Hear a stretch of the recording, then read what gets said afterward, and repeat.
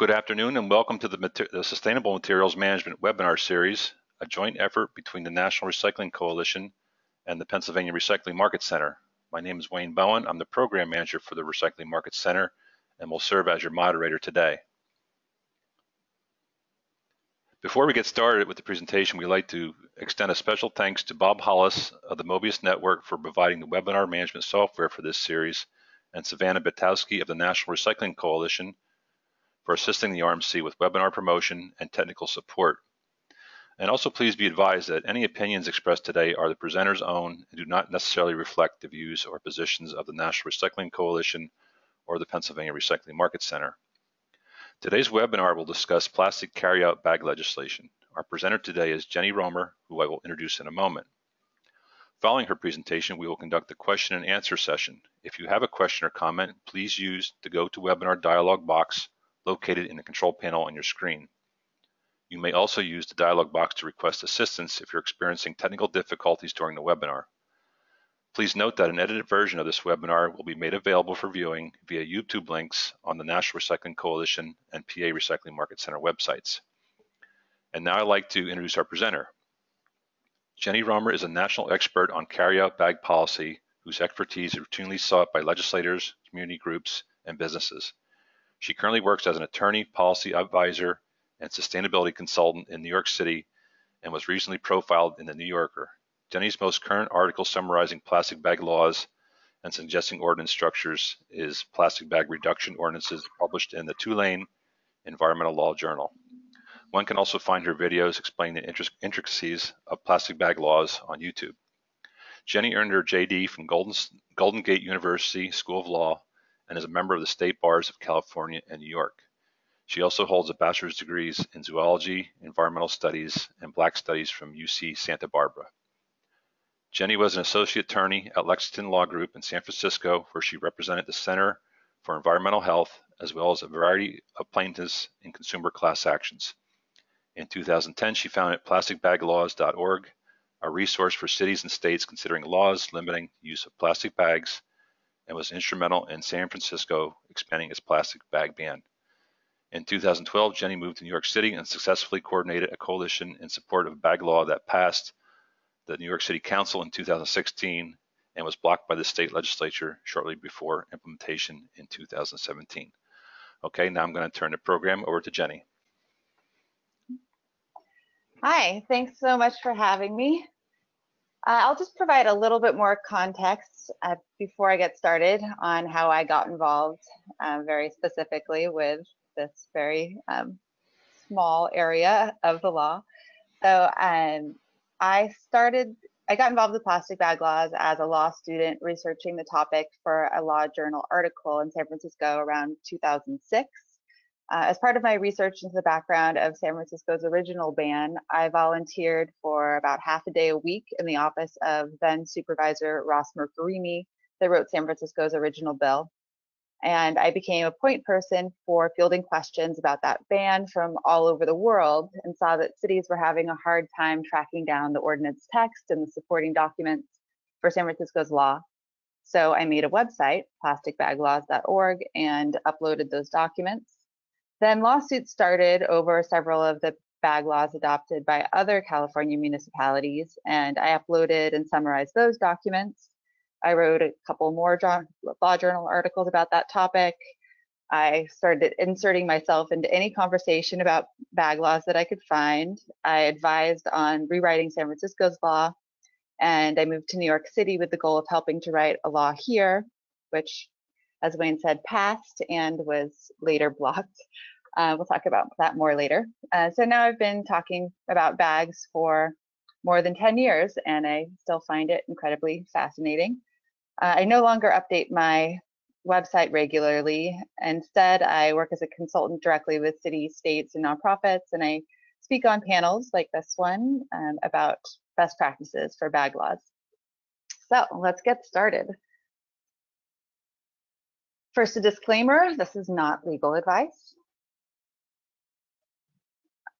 So as in the graduate, I had a graduate slide, but I decided to take it out for some licensing reasons maybe. But in the graduate, He says there's one word, plastics, meaning the future. And people always ask me if I've seen that scene. I just want to be very clear that from the beginning, we're talking about plastics, but I want to acknowledge that plastics are a very useful invention. I'm particularly concerned with the proliferation of unneeded single-use plastic items. So this is specifically about single-use plastic bags, not about plastics generally. So why plastic bags? Plastic bags are something that we use very briefly. They're designed to be used very briefly, but they persist in the environment forever. Some LCAs say 500 years, but I'm pretty confident just saying forever. And when single-use plastic carryout bags are given away for free, there's often very little thought that's given to whether a bag is needed or how to properly dispose of them. And so why are plastic bags specifically targeted with laws?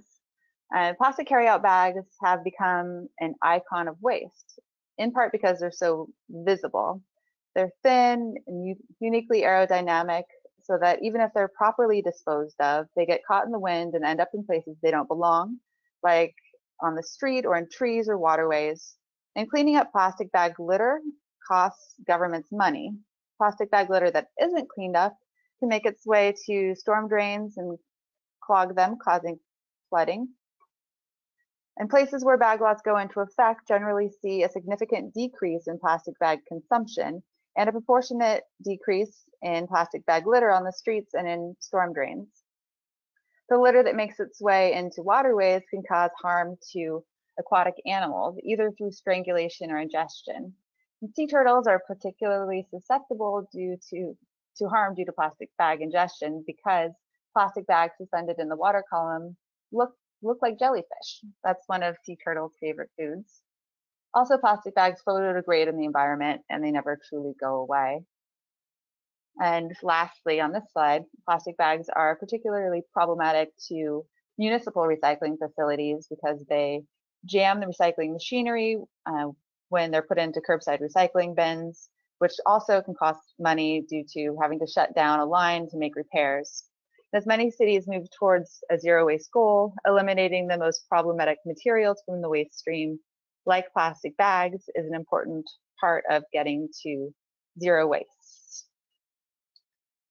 But what's really made plastic bags become an icon of waste is there's something that people can do something about and quickly see a difference, either by simply refusing a bag at checkout or, more and more commonly, working on local legislative campaigns to reduce bag consumption.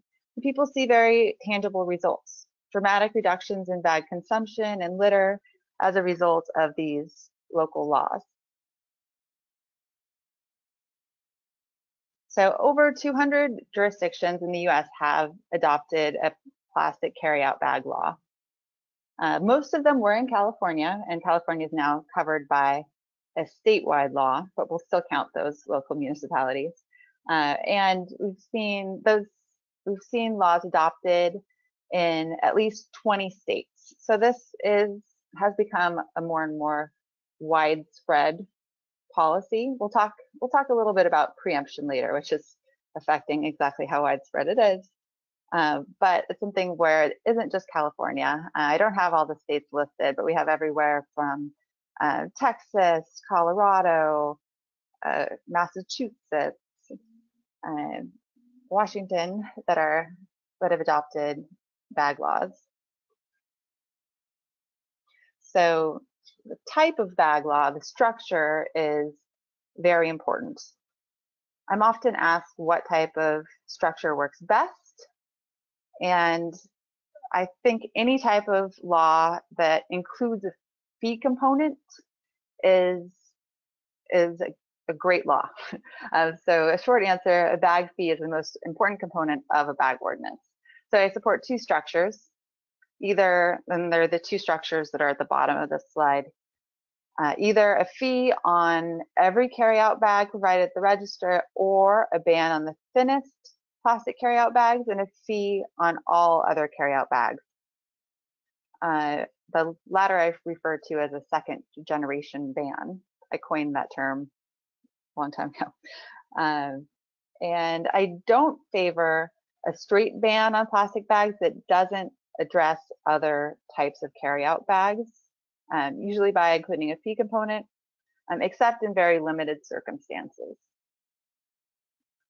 A lot of people have an idea that plastic bag bans work the best, in part because the word ban sounds more aggressive and because many of the bag laws in the US have been in California, where the standard ordinance structure is a ban on thin plastic bags and a charge for paper.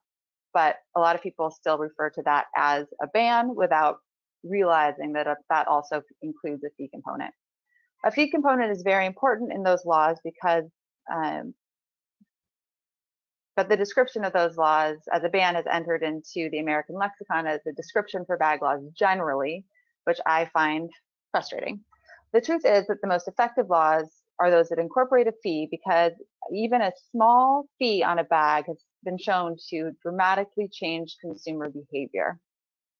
With a straight plastic bag ban that only addresses thin plastic bags, usually the cutoff is 2.25 milli-inches thick, customers switch to some extent to the next carryout bag option that is available for free. Paper bags and sometimes the thicker plastic bags that qualify as reusable. The switching to a type of carryout bag that is slightly better for the environment in some respects is not what advocates working for years on these bills are generally trying to accomplish. Also, the plastics industry has filed numerous lawsuits against straight plastic bag bans, claiming that each municipality that adopts one needs to complete a full environmental impact report, which for large municipalities can sometimes cost over $100,000. And the lawsuit argument being that if plastic bags are banned, consumers will switch to paper, and paper could be worse for the environment from certain perspectives. And so this very specifically happened for years in California. California has strong environmental laws, CEQA, and cities were sued by this man. This is Stephen Joseph. He was the attorney for Save the Plastic Bag Coalition. They filed most of the lawsuits against cities in California that adopted bag laws.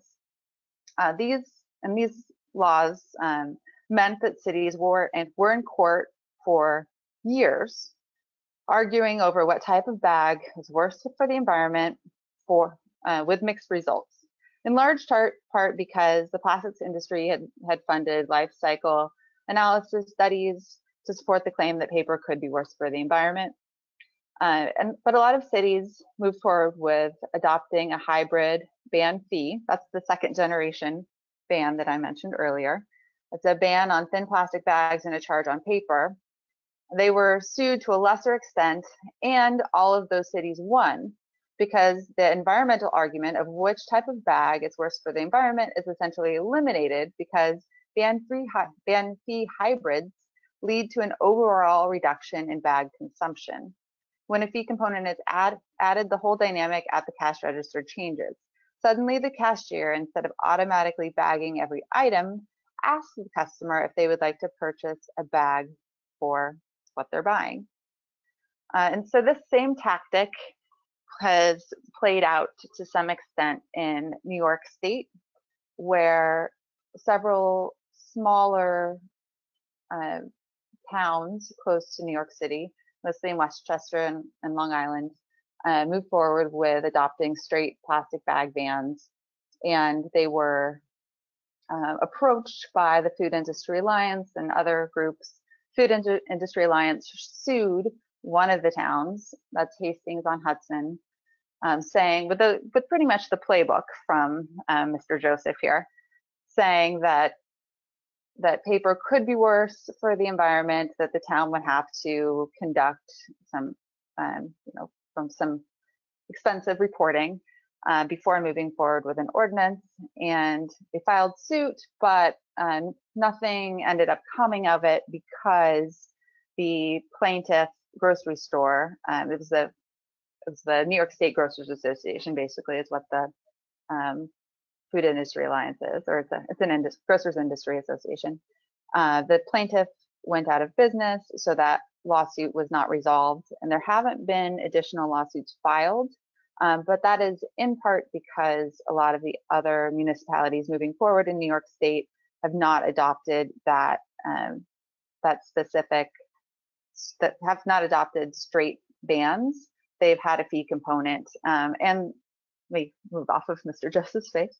And so in those lawsuits in New York State, additional lawsuits haven't happened because retailers, really the main problem that retail associations have had with straight plastic bag bans, and we've seen this in California as well as in New York, is that retailers don't like straight bans because it means that often they'll provide their customers with a free paper bag or a free thicker plastic bag that qualifies as reusable, and that costs them a lot more money. The cost differential between a thin plastic bag, it's about 1 to 2, closer to 1 cent, versus a paper bag, which if you're talking about a paper bag with at least 40% post-consumer recycled content that's required under a lot of these laws, with handles, you're talking close to 10 cents. Regardless, it's a lot higher than a plastic bag. And for the thicker plastic that qualifies as reusable, can get around the 10-cent range as well, maybe a little bit higher. So the real motivation behind the grocers' lawsuits was that they would be having to spend money to provide these bags for free. They weren't required to give, no one's required to give a bag for free right now, but just to keep their customers happy, that ends up to be what happens. So that's a little bit of background on, you know, the lawsuits in addition to California. And so that brings us to, do bag laws work? And yes, they are shockingly, the bag fees are shockingly effective. And that's because customers just don't like the idea of having to pay for something that they've become accustomed to getting for free, and they react disproportionately to a small fee. There was a study out of Argentina that showed that just a small charge for bags there had a much larger implication than the researchers ever thought would be possible. And that's something where, you know, originally the first bag fee was in Ireland, and that was a 22 levy. And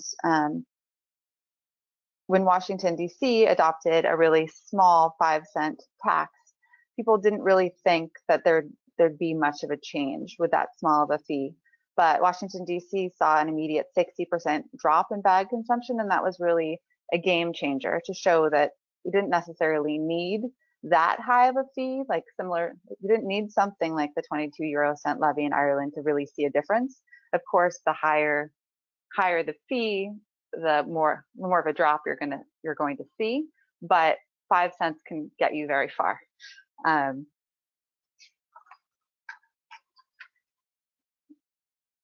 then we can also, here's a couple other examples. I mentioned Washington, D.C., 60% drop.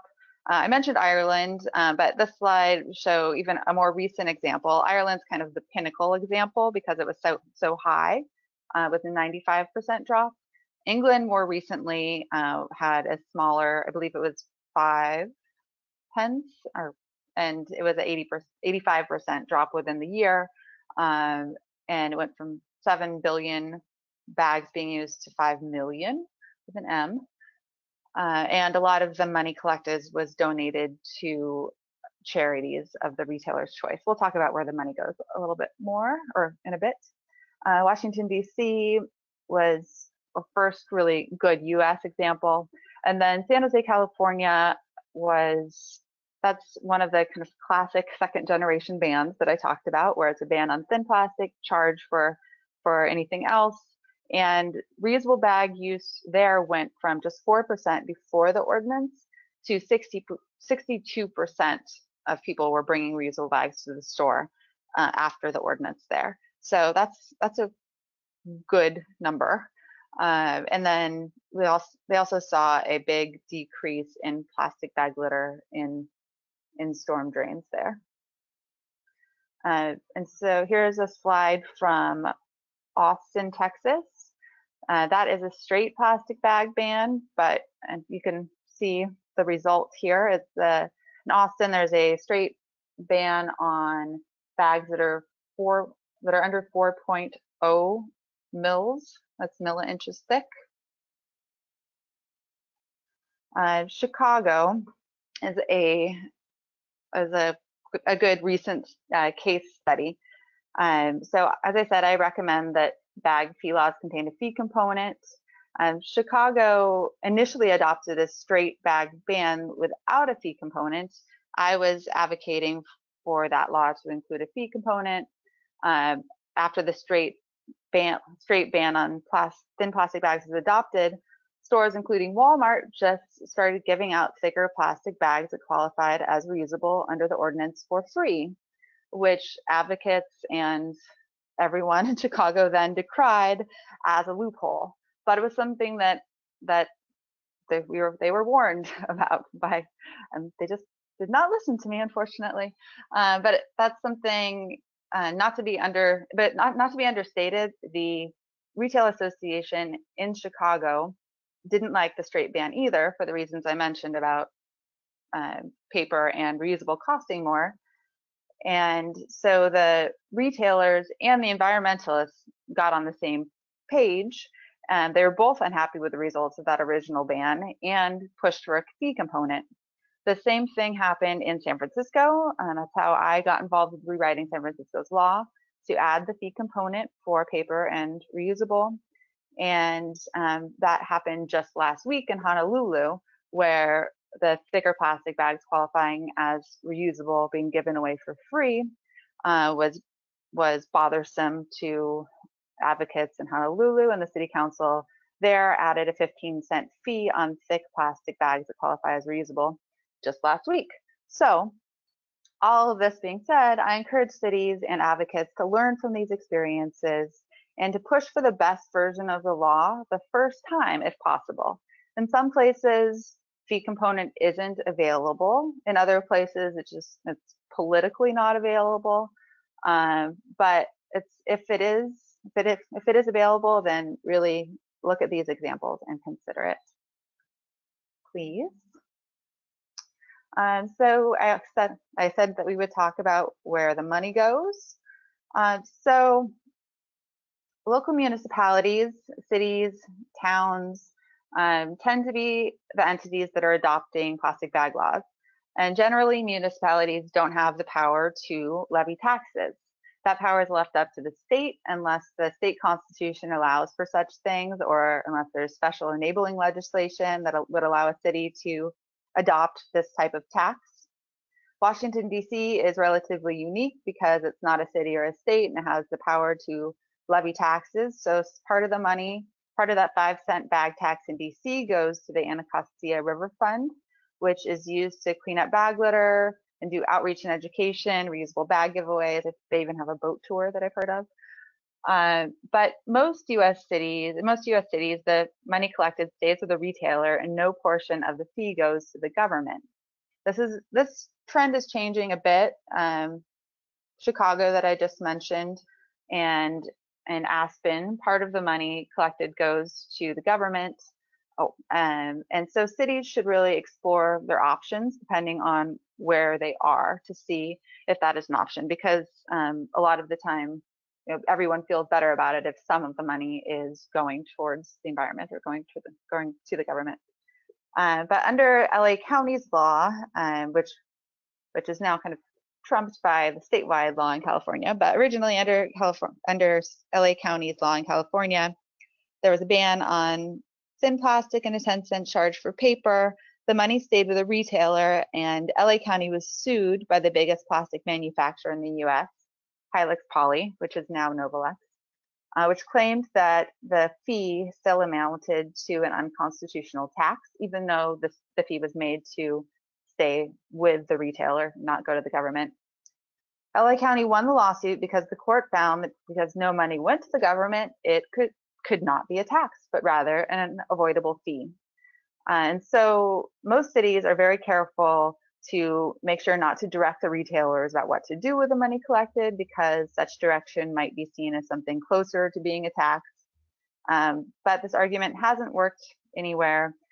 Cities just want to be extra careful given how much the plastics industry has sued over this issue, over plastic bags generally. In some cities, retailers have donated proceeds from the bag fee to local nonprofit groups that do litter cleanups or restore waterways. The ordinance language should not require this, but retailers can choose to do so of their own accord and get some PR, good PR. And that's the, here's a slide about that. And that's what I mentioned in the England example, where those retailers just chose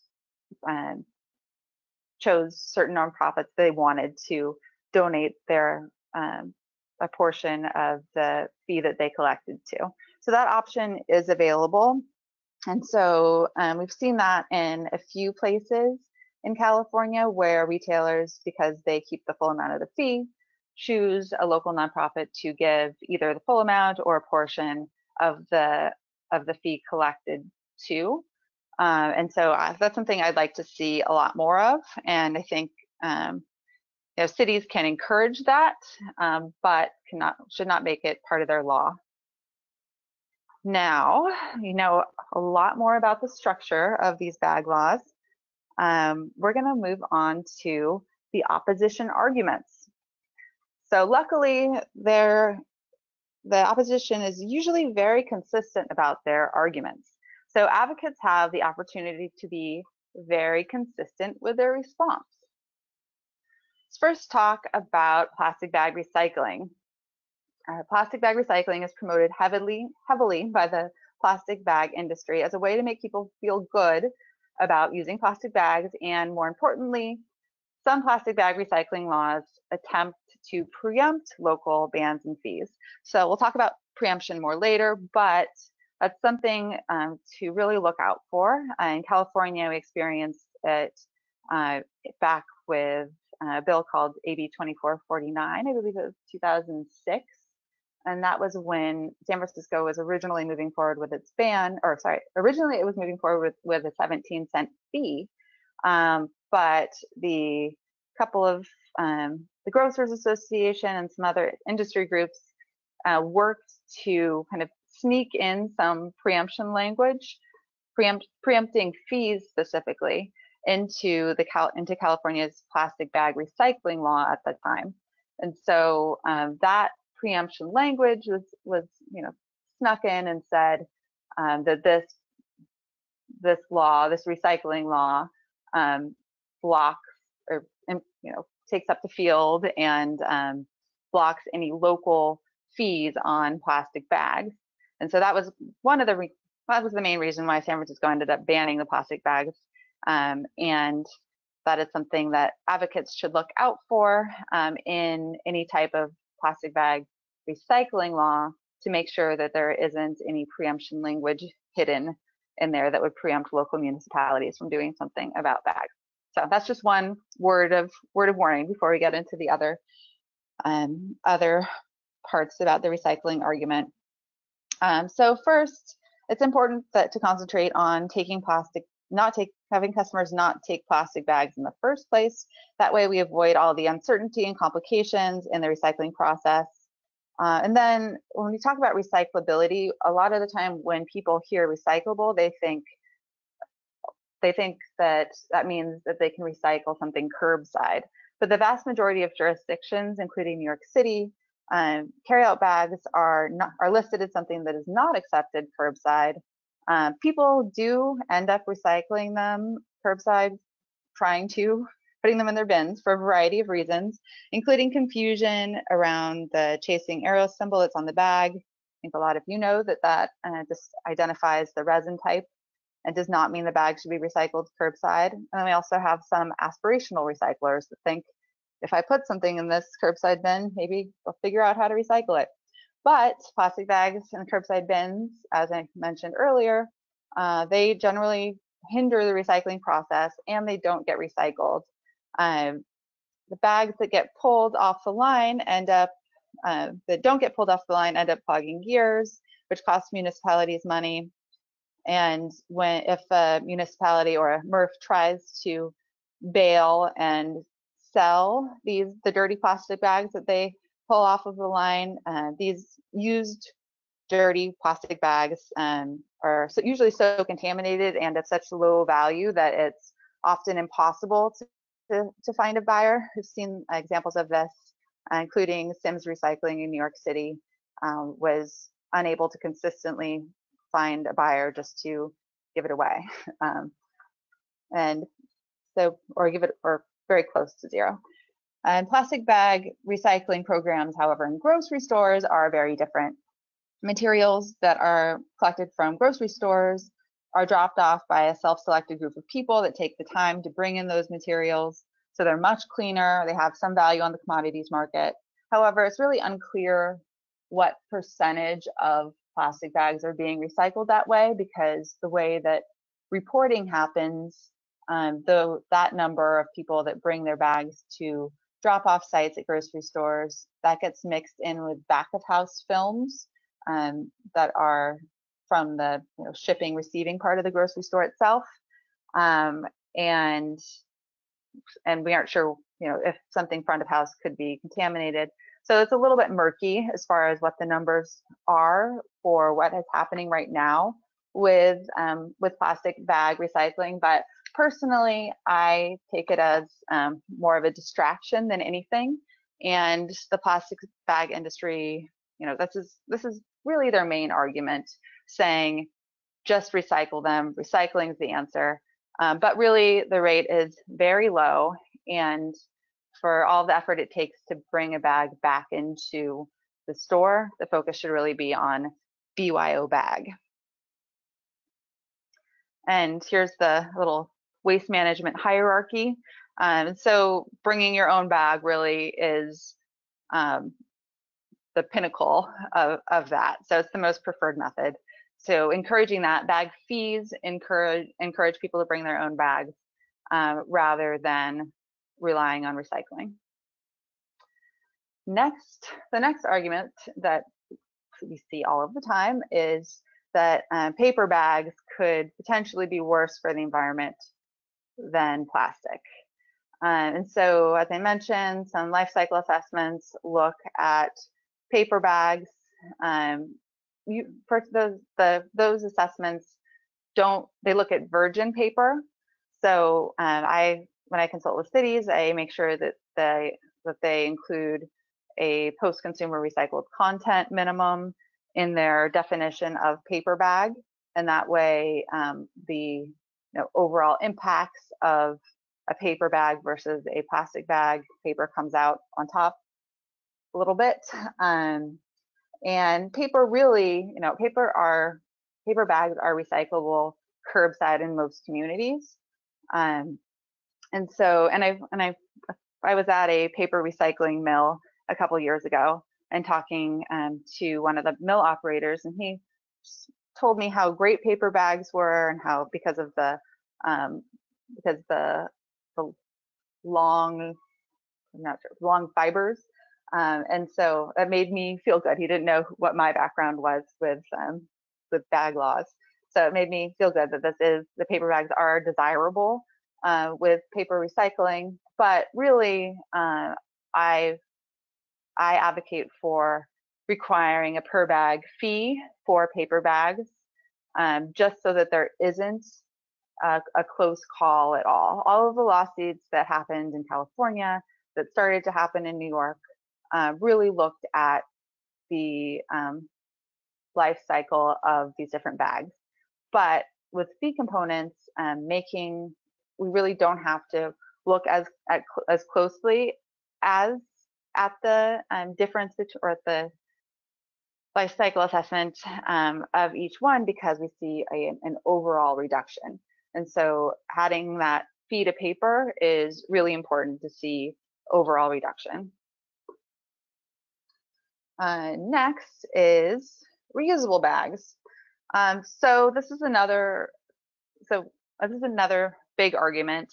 I think around when the LA County bag law was passing in California, the plastics industry or plastic bag industry came up with a couple things about reusable bags and how they were going to kill you. One of them was a study that was funded by the American Chemistry Council from University of Arizona, and that showed that essentially some common unharmful bacteria were found in reusable bags, and concluded that reusable bags should be washed regularly. But the study was kind of blown out of proportion, and under all bag laws in the U.S., the bags that hold produce and meat, the unhandled or bags without handles used to separate unpackaged foods are exempt from laws. And so there should be no direct contact between food and reusable bags. And people should wash their reusable bags when they get dirty, just like any other reusable item that they have.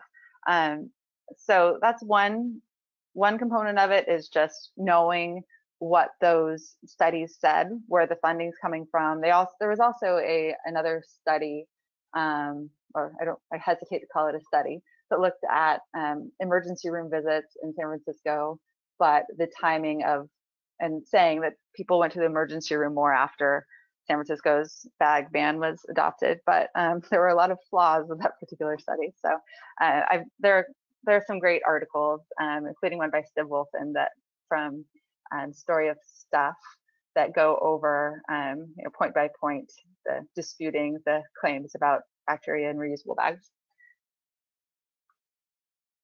Okay, another argument is, this isn't as much of an argument. This is more of a best practice for compostable and biodegradable plastic bags, because I want to make sure that cities that I consult with are adopting the best laws possible. So it's important to address compostable and biodegradable plastics.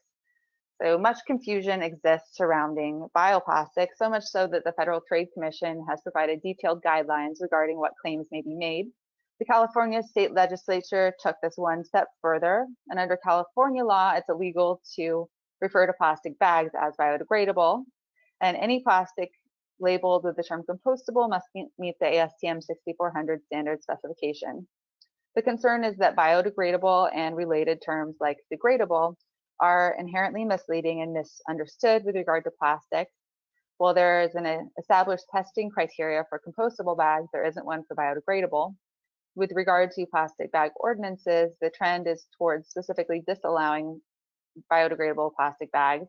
That means banning them completely, because they really don't have a definition and confuse people, and allowing for compostable bags only under certain circumstances, making sure that when a fee applies to traditional plastic bags, that fee also applies to compostable bags, so that we still see a change in consumer behavior.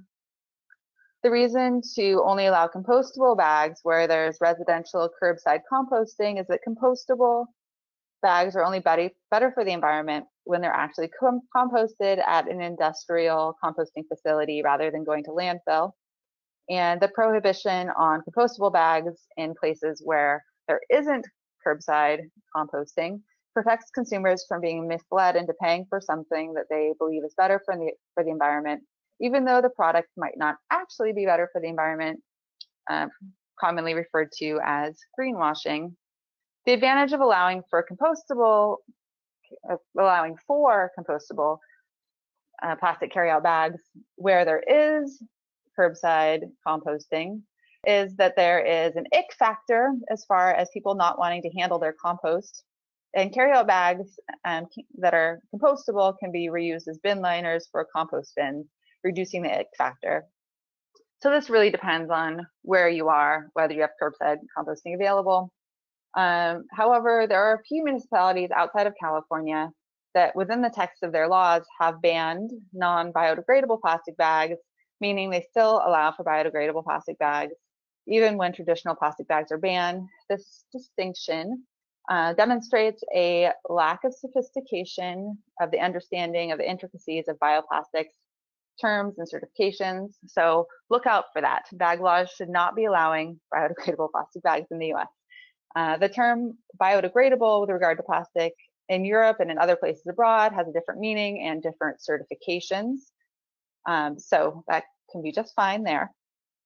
And so that was a lot of information about biodegradable and compostable, but I really think that it's an important thing to distinguish. And this is another big argument by plastic bag industry lobbyists that fight against plastic bag ordinances, is that so this is something that should be addressed generally as a concern, but even more specifically, it's brought up by industry lobbyists. So I really wanted to make sure that that I address it. The argument is that plastic bag fee laws disproportionately impact low-income communities, and this is really important to address both in the structure of the ordinance and in messaging. First, advocates working on bag fee bills should be very clear that bag fee laws are intended to encourage people to bring their own bags rather than paying the fee.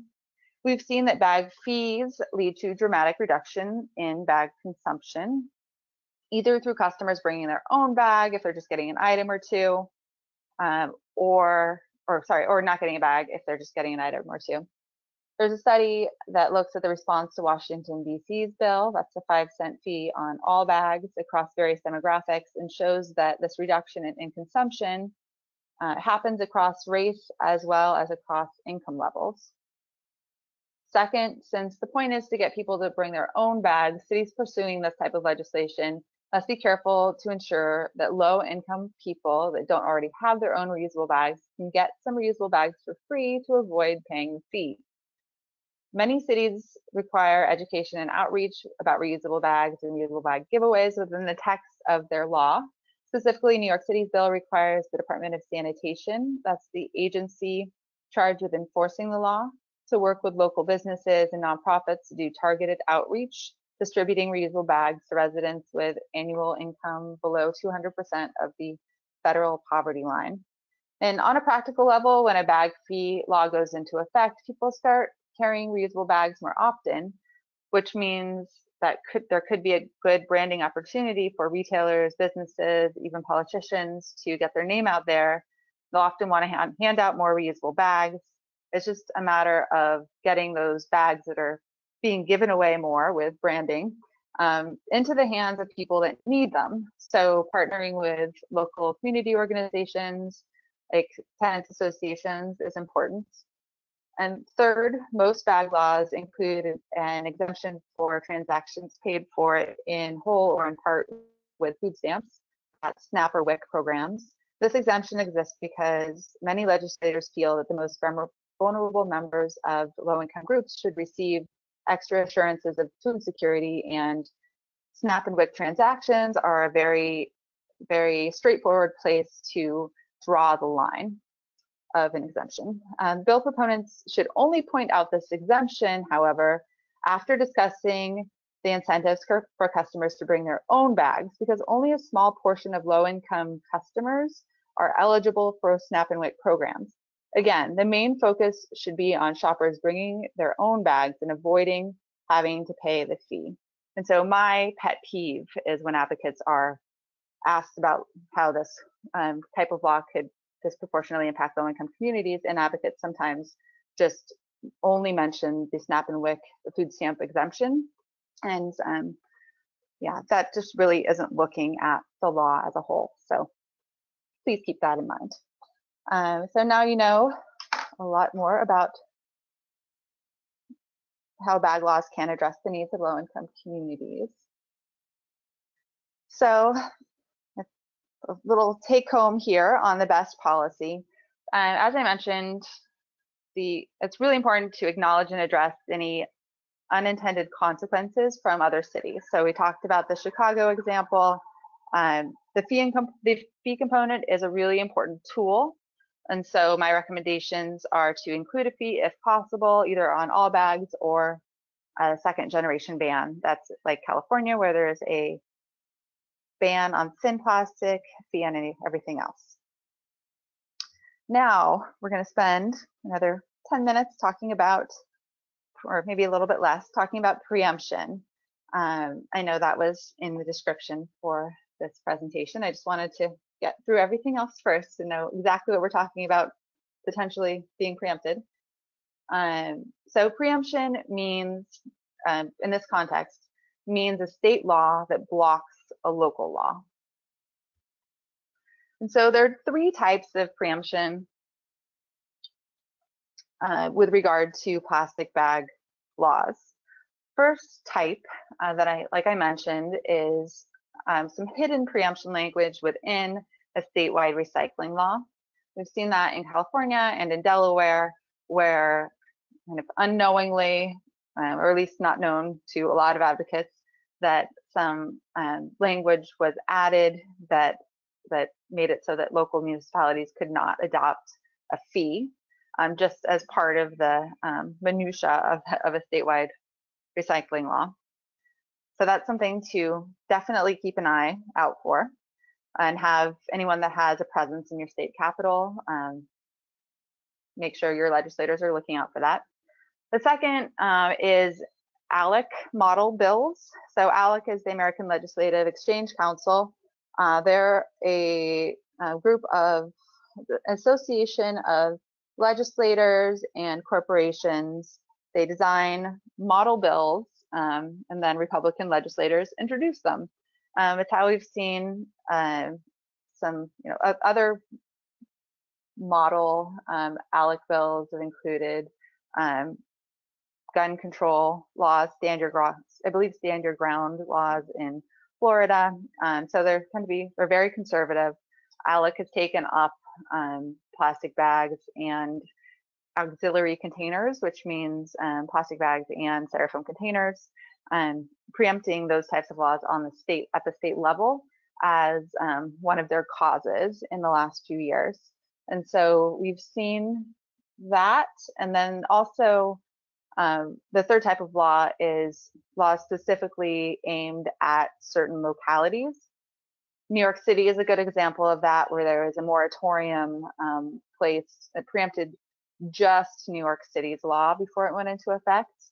And this kind of, think, to a certain extent, there are ALEC bills that are going around in the state capitals, but because ALEC is talking about it so much, I think it does tend to influence other more specific bills. So here are the states that we're talking about. We have quite a few, and so this is something that really is important, because for how much time we spent talking about the intricacies of all of these local bills, all of that really doesn't matter if the state legislature takes the power away from the city to regulate plastic bags. And it's something where plastic bags or plastic bag laws kind of fall within waste, and waste is something that is traditionally governed by municipalities. And so it's something where some of the places on here are places that talk about home rule a lot, and that home rule is kind of being destroyed if we're allowing states to take away these really basic things that local municipalities are usually in charge of. So I wrote that Florida is alleged preemption on here, because there is a challenge. There was a statewide law in Florida back in 2009 that required the legislature to take some action before localities could move forward, and the state legislature hasn't done that. So local jurisdictions are starting to move forward with with bag laws there. I note in Texas, there's currently a lawsuit where merchants are claiming that a 1993 solid waste law preempts cities from regulating bags. That's a very creative argument by the merchants. And then New York City doesn't really count as preemption, but it's a moratorium bill, which means that New York City's bill specifically can't go into effect. It was something that was very political in nature. There are other localities that do have bag laws in New York, and then New York City Council will have another bite at the apple in 2018. Here's what can be done about preemption. Ways to prevent preemption at the state level, as I see it, are just mainly promoting good legislation at the local level. So making sure, well, first building a coalition of groups that care about this issue, so you have a strong network. If something bad does happen at the state level, to push back, and building strong legislation, building good relationships with legislators at the local level and the state level, making sure state legislators are aware of what's going on at the local level. If possible, playing on the offense and finding a state champion that wants to sponsor strong model state legislation. That would be a positive bill rather than a preemption bill. And I guess might be a little bit repetitive, but really discuss these issues with state legislators while you're working at the municipal level, and make sure that the local laws that you're adopting and enforcing are really strong, and collect statistics about that. I showed some statistics here, but really the more statistics that we can get to show what laws work and how they work, the more convincing it could be to a state legislator that has a bill on their table to block the law that's in place. A case study from Illinois was there was a year isn't quite there, but I believe it was 2012. In Illinois, there was a preemption law that got passed both houses, was on the governor's desk. A 12-year-old girl, Abby Hoffman, at the time created a change.org petition, got 100,000 signatures, and got enough momentum going to have the governor at the time veto that preemption bill. But that doesn't happen very often. And so that's a good example of a real grassroots pushback that really had a great result. A similar thing happened in Pennsylvania, where, which some of you have probably heard about, where the governor there vetoed a preemption bill just earlier this month. So it is possible, but it's a lot better to not get to that point of having the bill on the governor's desk. One last case study is New York City. This one is a little too close to home for me. I spent 4 years working on helping New York City Councilmember Brad Lander and Councilmember Margaret Chin. I was their pro bono counsel, making New York City's law, helping them draft it, helping building a coalition around it, and that was vetoed and signed. The bill was signed by Governor Cuomo the day before it was supposed to be introduced, or sorry, before it was supposed to be implemented. So that was kind of heartbreaking. However, I think I did not follow my own examples here, in that I really didn't spend enough time reaching out to state legislators while the New York City bill was pending. So the state legislators were much more open to being approached by industry lobbyists, and we're hearing a lot from industry lobbyists and not enough from advocates and constituents about New York City's bag law. And that was in part because it was a real grassroots movement. It was very, very close in New York City Council. It was one of the closest votes in city council history. And so all of our energy was at the city level, but that really left us open at the state level for industry lobbyists to really get ahead in the game and convince the state legislators that they should preempt or at least put a moratorium on New York City's law. So that was unfortunate. Learn from my mistakes, please. Okay, and then this is just a final slide, that nuance matters. And so I've talked about a lot of very specific clauses here. So making sure that if you're working with the municipality, working with an advocacy group or legislator, making sure that you're very careful about the law that you're writing. And my law journal article goes into more detail, but thanks for joining me.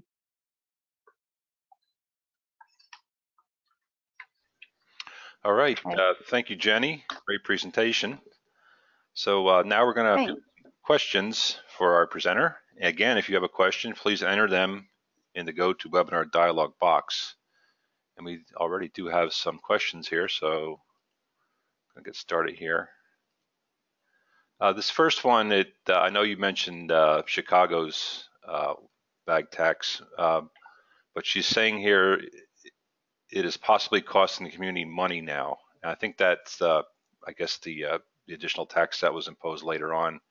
And she does reference a local TV station website. I think that's where she got her information. But can you provide some insight on that, that statement of costing the community money? Well, she might be referring to it costing the community money because people are now paying for bags. Right. I know there's been a big reduction. I don't have the numbers in front of me from Chicago, but I believe it's around a 80 or 90% reduction in bag use there, which is really what we're looking for. But there is revenue being collected by the city of Chicago on that 7 cents per bag. But that money is going to the city, at least not to the retailers, which was really one of the other motivations behind adopting. And that the revised bill was actually part of the budget, was written into the budget, which is something that I hadn't seen before for the city of Chicago. So it was meant as a revenue generator for the city, but from my perspective, it's a good law. It reduces bag use by a lot. Okay. Is there data or any studies that show decline in film plastic ending up in recycling MRFs due to bans or fees? All that's available as of now is anecdotal, unfortunately, but MRFs generally are one of the stronger proponents of this law because plastic films are such an issue for them. Unfortunately, this isn't carryout bag laws don't address all plastic films, so there still is some residual plastic film that's still going to end up in a MRF, but there is positive feedback from MRFs, but I haven't seen any statistics. If anyone has any access to them, please let me know. And this one is it's actually a follow-up comment to the question. We in Madison County, New York, still have dual stream recycling, and they do take plastic bags. And he basically pointed out that the single stream sortation technology is where you run into problems with bags. No, New York City is dual stream, and it's a problem for, like, in New York City, Pratt Recycling, which is the main paper recycler for New York City, has a huge problem with plastic bags on their line, and so does Sims Municipal Recycling, which does the metal, glass, and plastic. Okay. This one you might have addressed, but we'll repeat it. Does the California statewide ban include a mechanism to collect the bag fees? I think paper bags given out for 10 cents in Cambridge also have a tax associated with it, which goes to the state. No, in California, it was incredibly complicated because some industry groups in the years before the adoption of the statewide law had changed the definition of tax versus fee under the state constitution and opened up to potential lawsuits if the money went to the government. So in California, all of the money stays with the retailer. Which I don't think is not ideal from my perspective, but that's the only way that it really could work there. But in other places, there is a portion that goes to the government. So each municipality should look into what is available to them.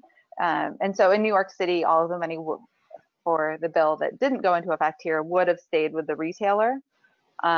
Just like in California, to avoid that potential lawsuit.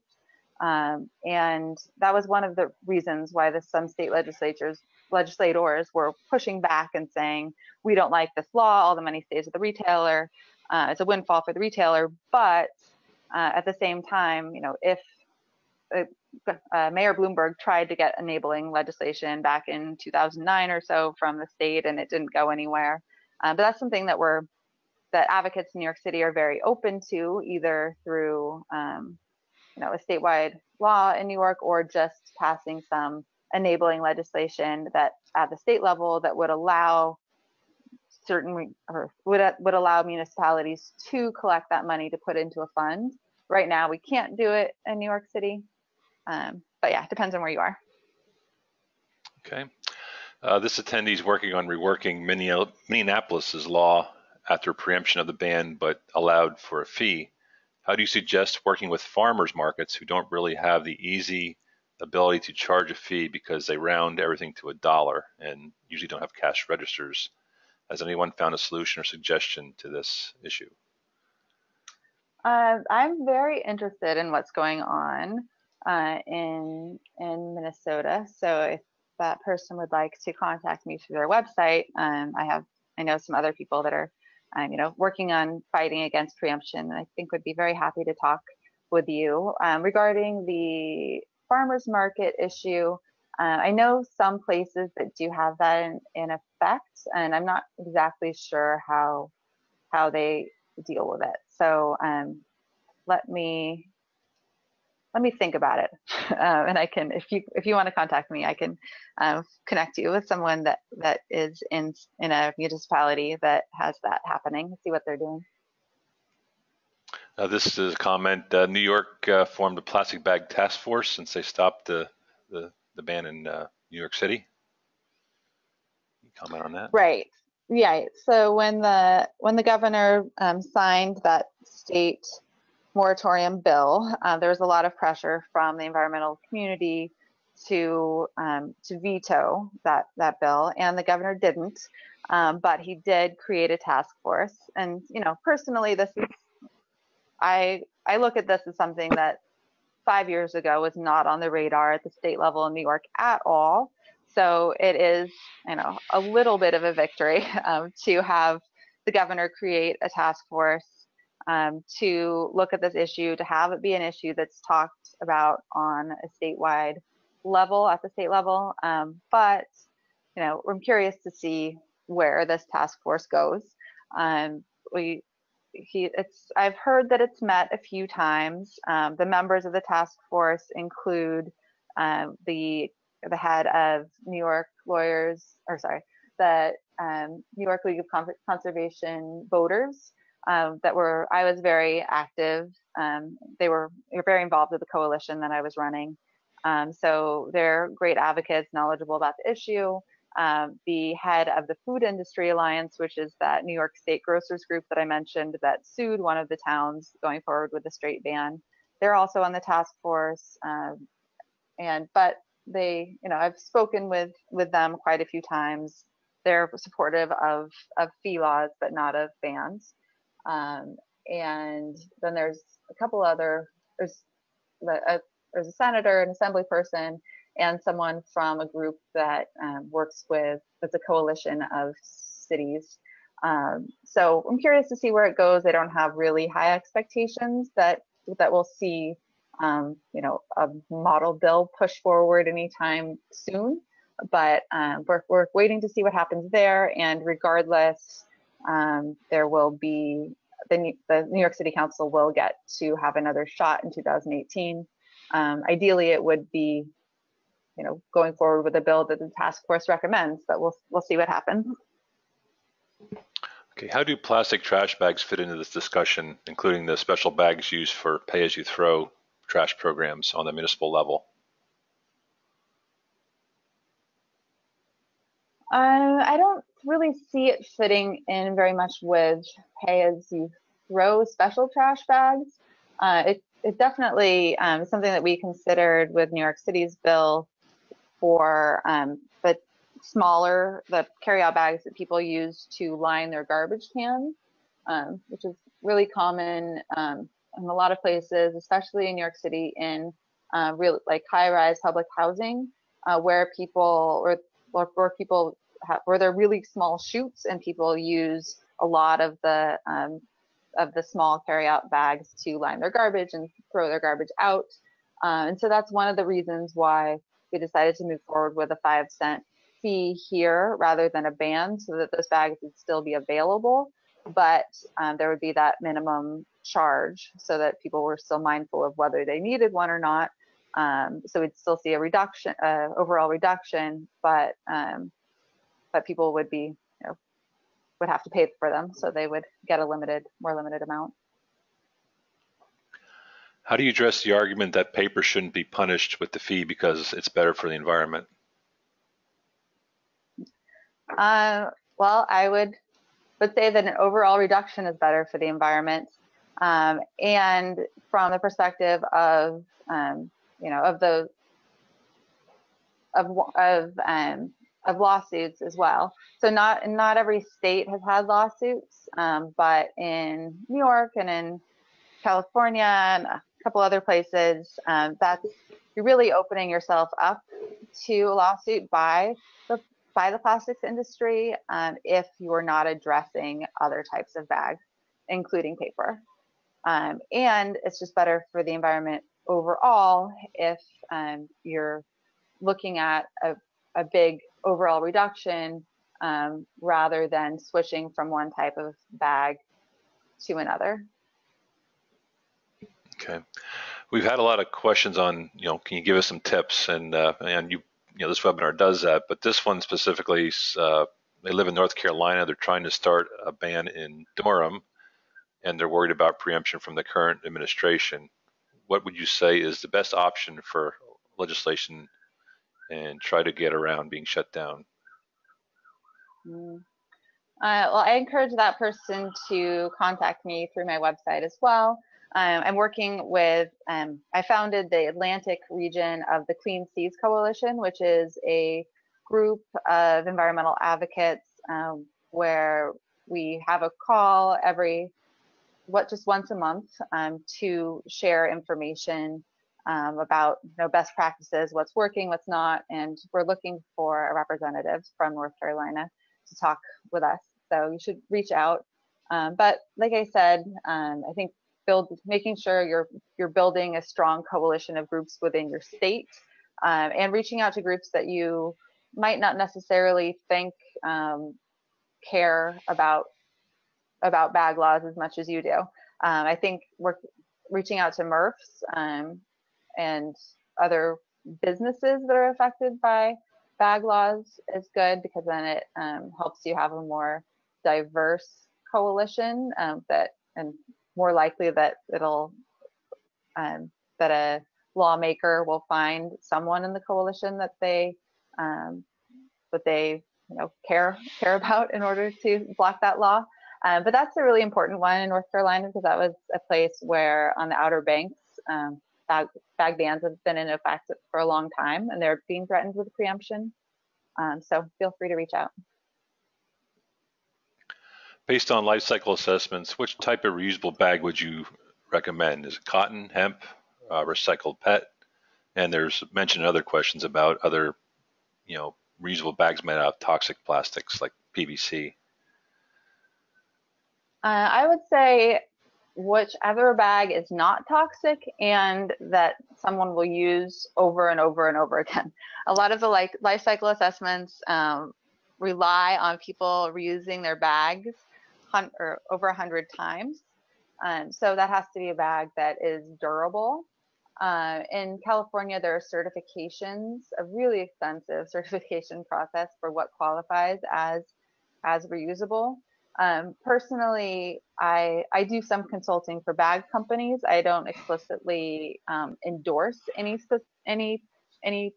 particular type of reusable bag, but I make sure that bag companies are aware of certifications that include the Toxics and Packaging Act to make sure that there isn't over 100 parts per million of cadmium and lead, hexavalent chromium. So there are some minimum standards, but I think that really the definition of reusable bag really encompasses a lot of different types of bags, and it depends on who you are, where you are. But yeah, I think we're running out of time here. Yep, I was just going to say that's we ran out of time for more questions, so we're going to close it out now. So again, this webinar, like all the webinars in this series, has been recorded and will be made available via YouTube links on both the National Recycling Coalition and Recycling Market Center websites. Thank you again for joining us. We hope you'll join us for next month's webinar, and please visit the NRC and RMC websites for schedule updates. And thank you again, Jennie, for this great presentation and wealth of information. So thank you again. Okay. Thanks for having me. All right. Have a great day, everybody.